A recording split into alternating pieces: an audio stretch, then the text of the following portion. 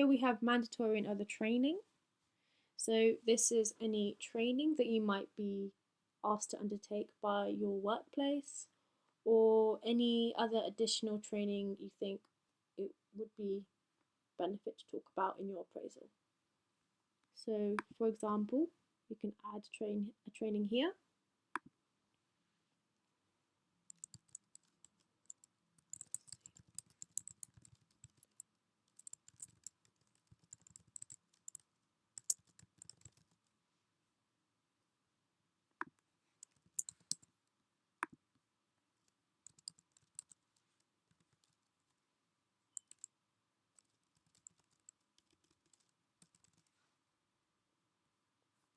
Always press save. And you can add as much training as you want.